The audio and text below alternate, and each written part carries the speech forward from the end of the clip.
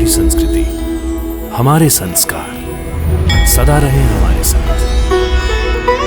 भारत के महान ग्रंथों और काव्यों का संपूर्ण संकलन। सब्सक्राइब करें तिलक। कई तरीके की एलईडी लाइट्स आपके घर और ऑफिस के लिए। GR LED lights, make India bright.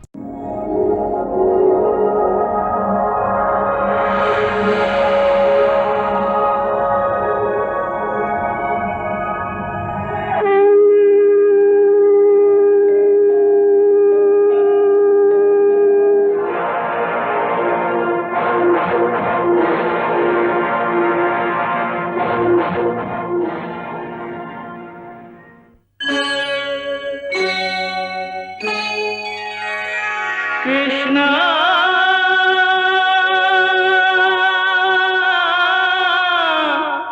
Krishna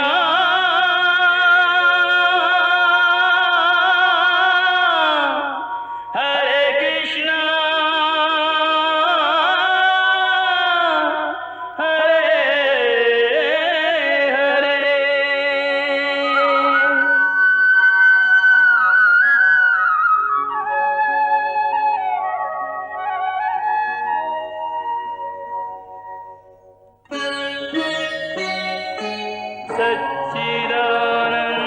सच्चिदानन्दरूपाय विश्वोत्पत्त्यादिहेतवे तापत्रयविनाशाय श्रीकृष्णाय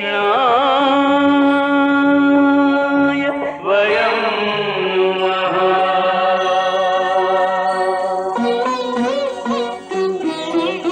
श्रीकृष्ण गोविंद हरे मुरारे, हे नाथ नारायण वासुदेव। हरे कृष्ण राधे राधे कृष्ण कृष्ण कृष्ण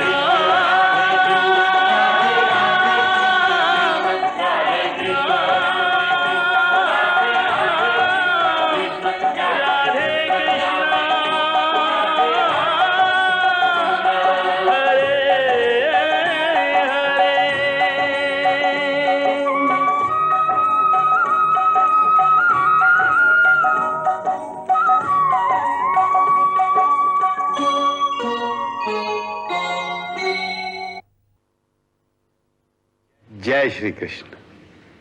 जहां कहीं मित्र और मित्रता की बात छिड़ती है तो मिसाल दी जाती है कृष्ण सुदामा की मित्रता की। कहते हैं कि दोस्ती हो तो कृष्ण और सुदामा जैसी, और दोस्त हो तो श्री कृष्ण जैसा। श्री कृष्ण के जीवन में सुदामा के साथ उनकी मित्रता का अध्याय बड़ा ही मधुर और मार्मिक है, जिसमें पग पग पर इतनी गहरी भावुकता भरी हुई है कि ये कथा कहते कहते या सुनते सुनते कई बार आंखों में आंसू आ जाते हैं। शोधकारों के अनुसार कृष्ण सुदामा की कहानी भारत और विदेश की कई भाषाओं में लिखी गई है। बंगला, मलयाली, कश्मीरी भाषाओं के अतिरिक्त उर्दू और फारसी भाषाओं में इस अनुपम मित्र कथा का गान किया गया है।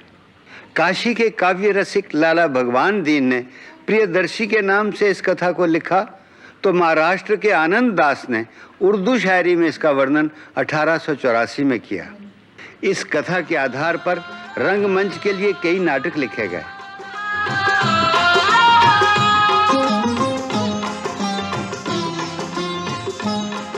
स्वयं हमने अपने बचपन में कृष्ण सुदामा नाटक लाहौर के रंगमंच पर देखा है, परंतु इन सब कवियों के मुकाबले पर हिंदी के एक कवि नरोत्तम दास ने सुदामा चरित के नाम से जो काव्य लिखा है, उससे अधिक रसमय काव्य किसी भी भाषा में किसी भी कवि ने नहीं लिखा।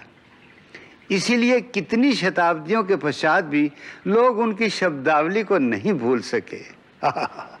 शीस पगा न झगा तन पे प्रभु, जाने को आही बसे के ही ग्रामा। धोती फटी सी लटी दुपटी, अरु पाए उपानहन की नहीं सामा। द्वार खड़ो द्विज दुर्बल एक, द्वार खड़ो द्विज दुर्बल एक, रहो चकिसो वसुधा अभिरामा। पूछत दीन दयाल को धाम, बतावत आपनो नाम सुदामा। पूछत दीन दयाल को नाम, बतावत आपनो नाम सुदामा। ये कहानी है दो दोस्तों की जो बचपन में एक ही गुरु के आश्रम में पढ़े। कृष्ण एक राजकुमार था और सुदामा एक गरीब ब्राह्मण पुत्र। इसी काल में उनके बीच बड़ी गहरी मित्रता हो गई। अब बोलो, मुझे अपना मित्र बनाओगे कि नहीं?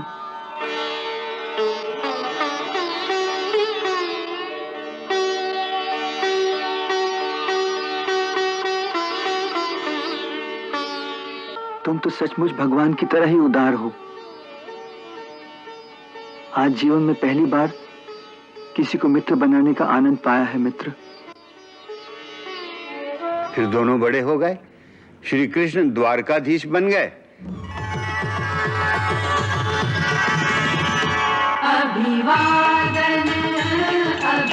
लेकिन सुदामा की स्थिति में कोई फर्क नहीं आया, बल्कि सुदामा की शादी हो जाने के बाद परिवार के बढ़ जाने से सुदामा गरीब से भी अधिक गरीब हो गया। श्री कृष्णा, श्री कृष्णा, श्री कृष्णा। इस कहानी में दो मित्रों की गहरी दोस्ती का चित्रण किया गया है। इनमें से एक भगवान है तो दूसरा है दीन गरीब सुदामा। एक पूर्ण काम, दूसरा निष्काम। एक नियामक है जो नियम बनाता है तो दूसरा संयमी जो नियमों का पालन करता है। एक ब्रह्म है, दूसरा जीवात्मा। एक संपन्न है, दूसरा विपन्न दरिद्र। श्रीमद् भागवत में महर्षि वेदव्यास ने सुदामा का चरित्र बयान करते हुए लिखा है कि सुदामा एक ब्रह्म ज्ञानी ब्राह्मण था। ब्रह्म ज्ञानी होने के नाते वो जानता था कि ये निर्धनता और गरीबी के कष्ट उसके अपने ही पिछले जन्मों के कर्मों के फल हैं। इसलिए उस फल स्वरूप दुख को भोगे बिना उसे मुक्ति नहीं मिल सकती। इसीलिए वो बड़े धीरज के साथ गरीबी के दुख सह रहा था। परंतु उसकी पत्नी उस पर बहुत जोर देती रहती थी कि जिन्हें तुम त्रिलोकीनाथ समझते हो वो तुम्हारे मित्र हैं, तो उनसे सहायता क्यों नहीं मांगते। परंतु सुदामा को श्री कृष्ण के आगे मदद के लिए हाथ फैलाना स्वीकार नहीं था। अब देखने वाली बात यह है कि सुदामा श्री कृष्ण का परम भक्त भी था, फिर भी वो क्यों कृष्ण से मदद नहीं मांगता था। क्योंकि जो सच्चा भक्त होता है वो तो भगवान से इस प्रकार का कोई नखरा नहीं करता कि मैं नहीं मांगूंगा। भक्त तो पूर्ण रूपेण समर्पित होता है, विनम्र होता है। उसे भगवान से कुछ मांगने में, कुछ भी कहने में कभी कोई शर्म नहीं होती, कोई लाज नहीं होती। जैसे एक सूफी कवि ने कहा है, कंजरी बनिया मैनू शर्म ना आवे, मैनू नच के यार मनावन दे। अर्थात यदि मेरे नाचने से मेरा प्रभु मुझ पर रीझ सकता है तो मुझे एक वेश्या की तरह नाचने में भी कोई शर्म नहीं है। सुदामा इस बात को समझता था, फिर भी वो कृष्ण से क्यों मदद नहीं मांगता था। उसका एक बड़ा सूक्ष्म कारण है, वो ये कि श्री कृष्ण से सुदामा के दो रिश्ते थे, एक भक्त का और दूसरा मित्र का। भक्त वाले रिश्ते में तो कोई लाज नहीं थी, कोई झिझक नहीं थी, परंतु झिझक थी मित्र वाले रिश्ते में। मित्रता के बारे में उसके बड़े पक्के असूल थे। उसका कहना था कि मित्र के घर खाने को तब ही जाइए जब आपके पास भी अपने घर पर उसकी दावत करने की सामर्थ्य हो। वो सोचता था कि मित्र के आगे हाथ फैलाने से स्वाभिमान को चोट पहुंचेगी। उसका कहना था कि विपत पड़े पे द्वार मित्र के न जाइए। अंत में कैसे सुदामा ने पहला कदम द्वारका की ओर उठाया और उसके मांगे बिना श्री कृष्ण ने उसके लिए क्या किया, दोस्ती को कैसे निभाया, यह बड़ा ही मार्मिक प्रसंग है जिसे हम आज से आपके सामने प्रस्तुत करने जा रहे हैं। हमें आशा है कि हमारी त्रुटियों को ध्यान में न रखते हुए हमारे दर्शक इस प्रसंग का आनंद लेंगे। जय श्री कृष्ण।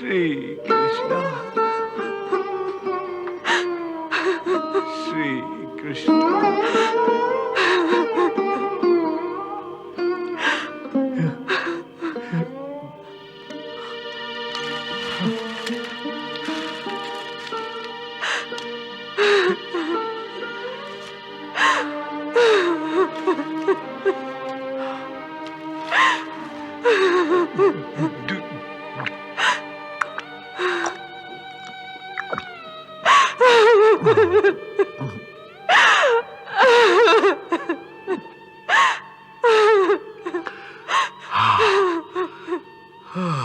श्री कृष्णा श्री कृष्णा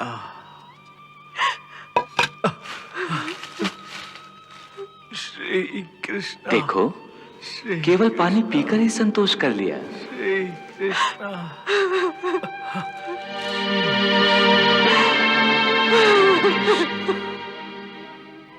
संसार का सबसे बड़ा दुख है गरीबी। गरीबी वो दुख है जिसकी चोट बड़े से बड़े वीर को घुटने टेकने पर विवश कर देती है।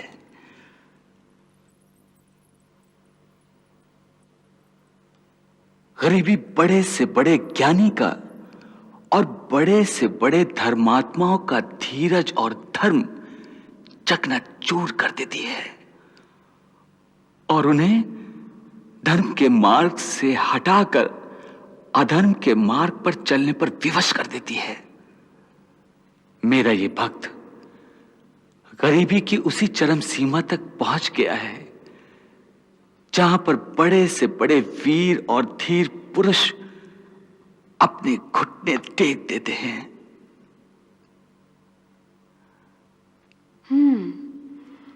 तो गरीबी का रोग है इसे। हाँ, गरीबी।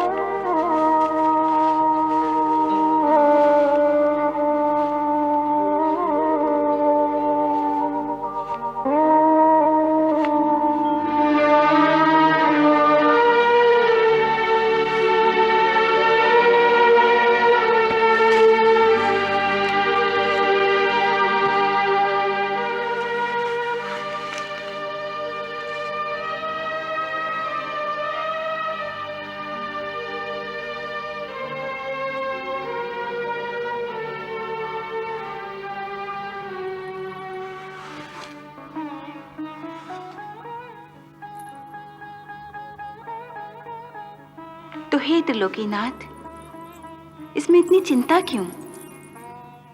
आपके अधीन तो तीनों लोक हैं। आपकी भ्रुकुटी के संकेत मात्र से ही उसकी दरिद्रता दूर हो सकती है। हाँ, यदि आप चाहें तो। मैं तो अवश्य चाहता हूं। यदि मेरे बस में हो तो अभी इसी क्षण में उसकी दरिद्रता का नाश कर दूं। तो फिर करते क्यों नहीं? परंतु मेरे बस में हो तो करूं। आपके बस में नहीं तो फिर किसके बस में है भगवान?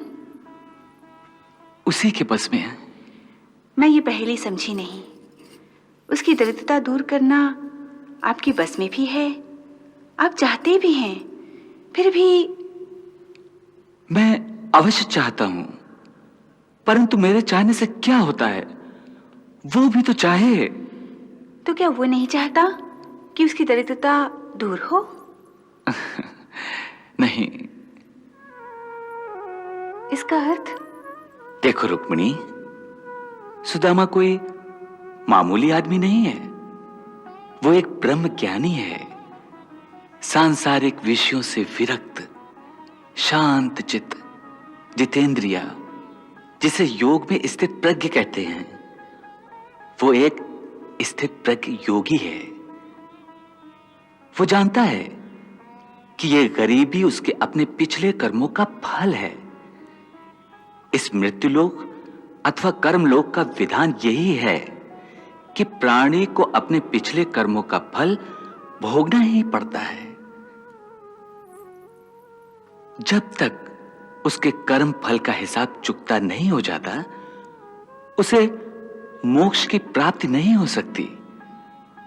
फिर वो कर्म फल चाहे दुख हो चाहे सुख हो। सुख भी? हाँ, सुख भी वैसा ही बंधन है जैसा दुख है। जैसे दुख का हिसाब चुकता करना पड़ता है, वैसे ही सुख का हिसाब भी चुकता किए बिना प्राणी मेरे चरणों में विलीन नहीं हो सकता। परंतु एक ही शर्त है कि जो मुझ तक पहुंचना चाहता है, उसे पिछले कर्म फल का दुख या सुख सब कुछ केवल निरासक्त भाव से भोगना पड़ता है। निरासक्त भाव से? हां, क्योंकि यदि उसमें आसक्ति आ गई तो फिर नया कर्म शुरू हो जाएगा। जहां नया कर्म आरंभ हुआ, वहीं उसका कर्म फल रूपी भाग्य बनना शुरू हो जाता है। और फिर कर्म से भाग्य और भाग्य से नए कर्म का नया चक्कर शुरू हो जाता है। और सुदामा इस बात को भली भांति जानता है, क्योंकि वो ब्रह्म ज्ञानी है। इसलिए वो अपनी दरिद्रता को निरासक्त होकर भोग रहा है। वो मेरा परम भक्त है। फिर भी उस पगले ने एक बार सपने में भी मुझसे प्रार्थना नहीं की कि प्रभु मेरा दुख मिटा दो। मेरी यही विवशता है कि उसका दुख देख रहा हूं, पर दुख मिटा नहीं सकता। और उधर उसका संतोष देखो।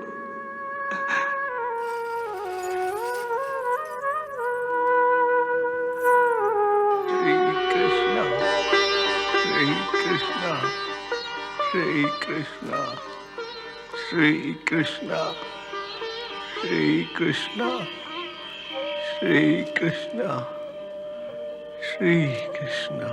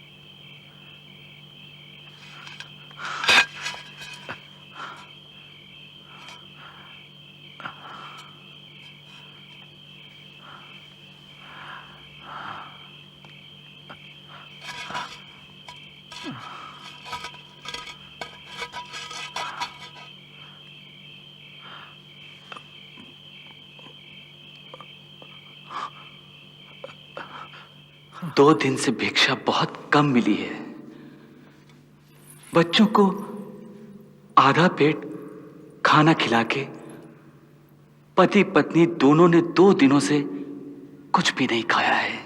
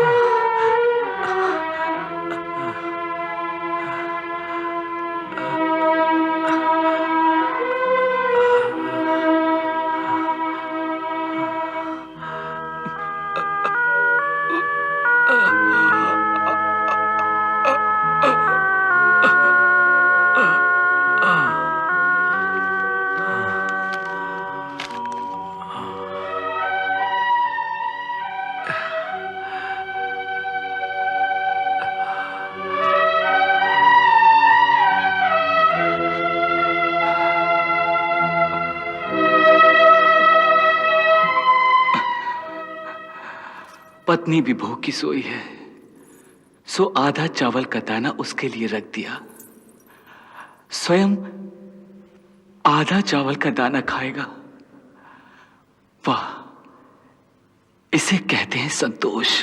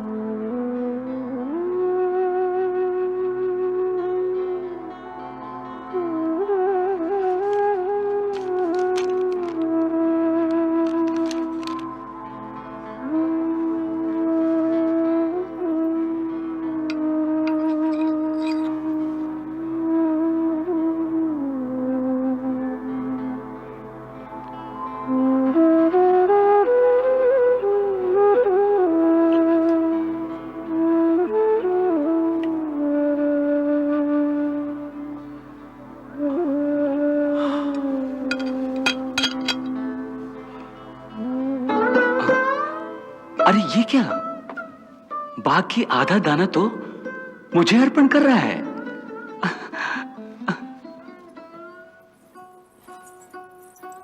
जिनको बाकी चावल का ये दाना अर्पण करने जा रहे हो, भला उनको इसकी क्या कद्र होगी।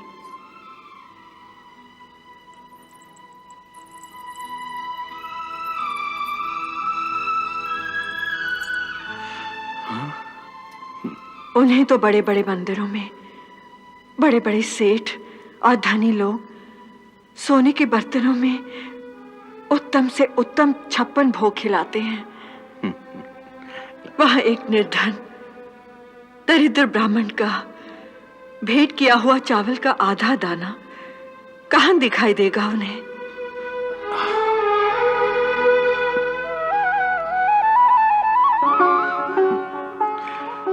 वसुंधरे, प्रभु के समक्ष बड़ी बड़ी वस्तु का अथवा सोने चांदी के बर्तनों का कोई मोल नहीं है।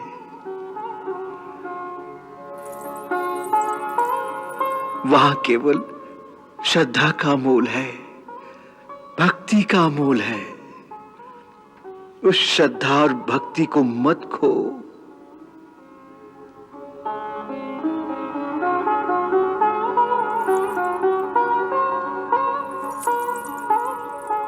देखो, गरीबी के दुख से पीड़ित होकर तुम मुझ पर क्रोध करती हो तो मुझे अच्छा लगता है। इस संसार में कोई तो तुम्हें अपना दिखता है जिस पर तुम्हें क्रोध का अधिकार है। मैं भी नहीं सुनूंगा तो फिर इस क्रोध के द्वारा अपने दुख की अभिव्यक्ति तुम किस पर करोगी? हाँ? सब मुझ पर चाहे जितना भी क्रोध कर लो, परंतु अपने अंतर में श्रद्धा और भक्ति का दीपक मत बुझने दो।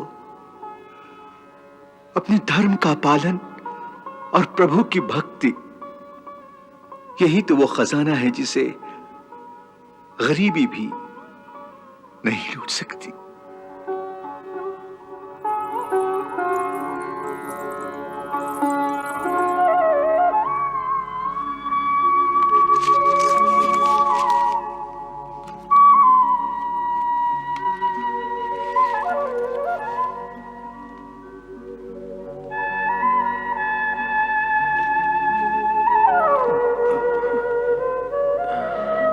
अच्छा भक्तराज, आपकी आज्ञा शिरोधार्य करती हूं, परंतु इतनी बात समझा दीजिए मुझे। क्या? यही कि आपको बाकी चावल का एक दाना मिला, सो आपने ये सोचकर कि वसुंधरा 2 दिन से भूखी होगी, आधा मेरे पास रख दिया और बाकी का आधा आपने स्वयं क्यों नहीं खाया? अपने उस भगवान को खिलाने क्यों चले गए?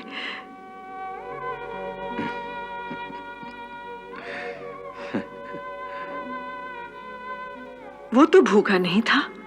वसुंधरे, गृहस्थ आश्रम का धर्म है कि अपने खाने से पहले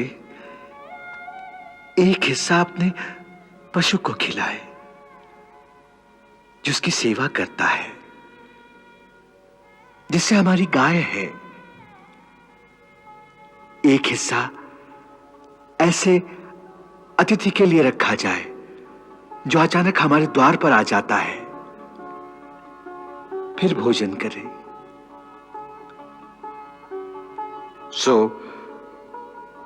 मैंने सोचा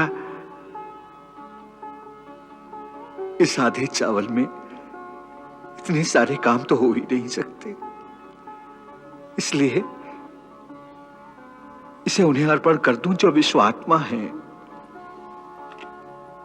कदाचित वो इससे संतुष्ट हो जाएं, तो संसार के सभी प्राणियों की भूख मिट जाए। इसलिए ये उन्हें ही अर्पण करने जा रहा हूं।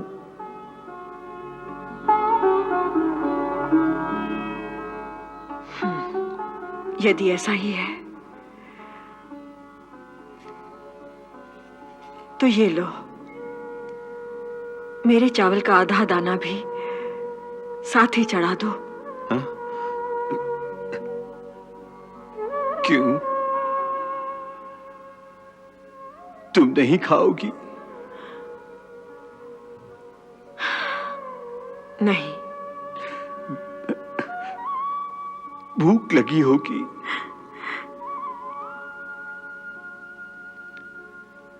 जिसके पति को भूख नहीं लगती, उसकी पत्नी को कैसे भूख लग सकती है? ये चावल भी अपने उस भगवान को खिला दो, अपने उस मित्र को, उसी का पेट भरने दो।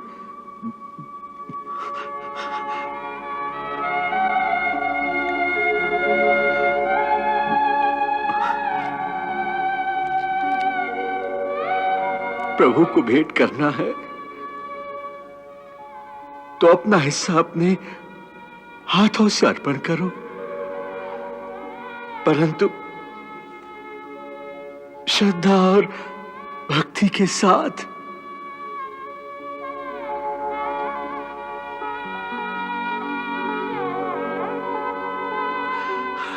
अब आओ।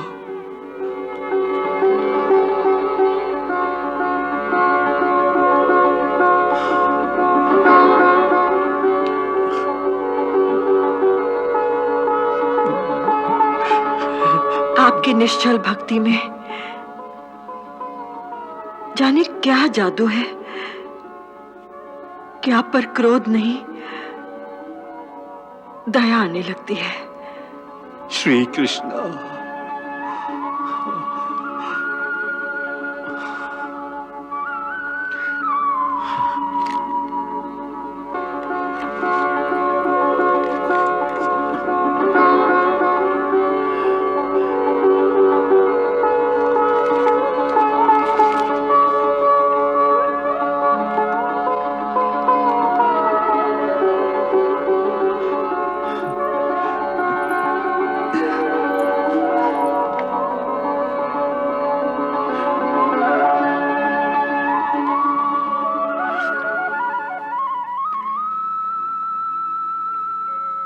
हे सर्वात्मा, हे विश्वात्मा, शास्त्र कहता है श्रद्धा और भक्ति से अर्पण किया हुआ एक पत्ता हो, एक फूल हो, चाहे पानी की एक बूंद हो, आप उसी से संतुष्ट हो जाते हैं।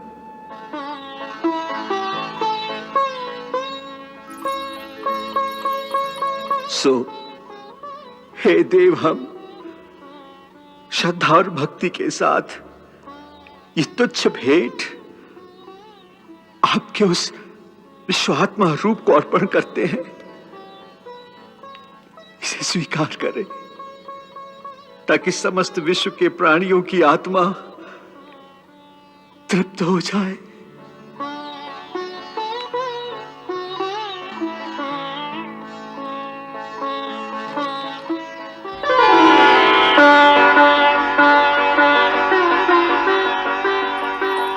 लीजिए, आपके हिस्से का भी आ गया।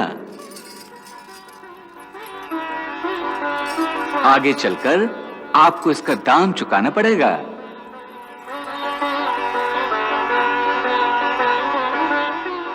अहम विश्वात्मने स्वाहा। इसमें विश्व की समस्त आत्माएं संतुष्ट हों।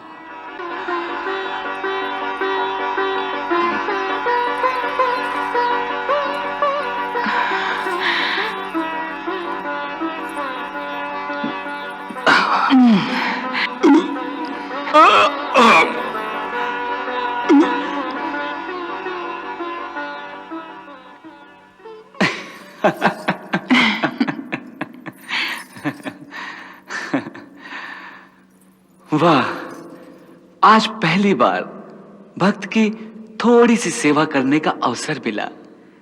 प्रभु, ऐसे अवसर रोज तो नहीं मिलेंगे, परंतु पेट तो रोज खाना मांगता है। कैसे निर्वाह होगा इनका? भिक्षा मांगने से? भिक्षा मांगने से? प्रभु, आपका भक्त केवल भिक्षा पर ही जीवित रहेगा? हाँ देवी, क्योंकि वो ब्राह्मण है, उसे भिक्षा पर ही संतोष करना है। शास्त्र कहता है ब्राह्मण न कोई व्यापार कर सकता है और न किसी की सेवा। तो फिर क्या करें? एक ब्राह्मण का धर्म है इस सारे संसार को विद्या दे, शिक्षा दे, राजा को सन्मार्ग दिखाए, अधिकारियों को प्रजा की सेवा करना सिखाए, जनमानव को भक्ति का मार्ग दिखाए, परंतु इस सारे काम का व्यापार न करे, अपने जीवन निर्वाह के लिए भी विद्या सिखाने की कीमत न ले। अपना जीवन निर्वाह ब्राह्मण को केवल भिक्षा मांगकर करना चाहिए, और भिक्षा मांगने का भी एक विधान है कि केवल 5 घरों में ही अलख जगाए, और उन 5 घरों से उसे भिक्षा मिले ना मिले, थोड़ी मिले, बस उस दिन उतने में ही संतोष कर ले, घर घर मांगने न जाए। और देख लो, सुदामा उसी धर्म को निभा रहा है। भगवती भिक्षाम दे।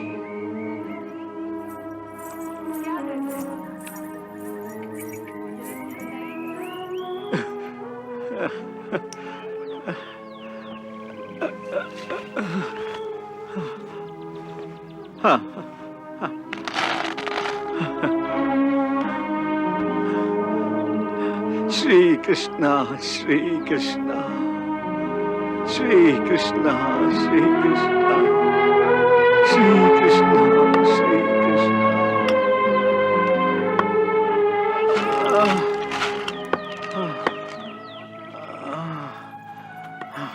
भगवती भिक्षाम दे,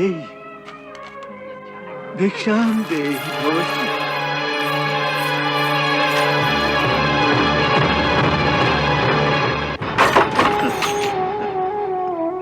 श्री कृष्णा श्री कृष्णा श्री कृष्णा श्री कृष्णा श्री कृष्णा।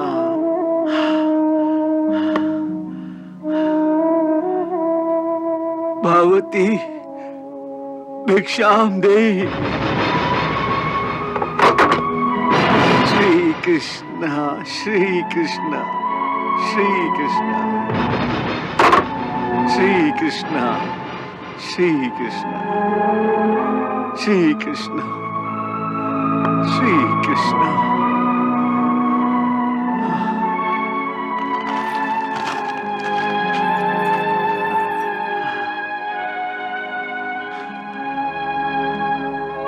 प्रभु, आज के लिए इतना दे दिया, आपकी कृपा है, आपका धन्यवाद। देखो रुक्मिणी, इतने में ही मेरा धन्यवाद कर रहा है, जैसे मैंने कोई असीम कृपा कर दी हो उस पर। हालांकि ये उसका अपने कर्मों से कमाया हुआ प्रारब्ध है, मैंने अपनी तरफ से उसमें एक दाना भी नहीं डाला। ये विनम्रता एक भक्त में ही हो सकती है। वो तो देख रही हूं, परंतु क्या? परंतु ये बात मेरी अभी तक समझ में नहीं आती भगवान, कि आप सर्वशक्तिमान होते हुए भी अपने भक्त की कुछ भी सहायता नहीं कर रहे हैं। कृष्णा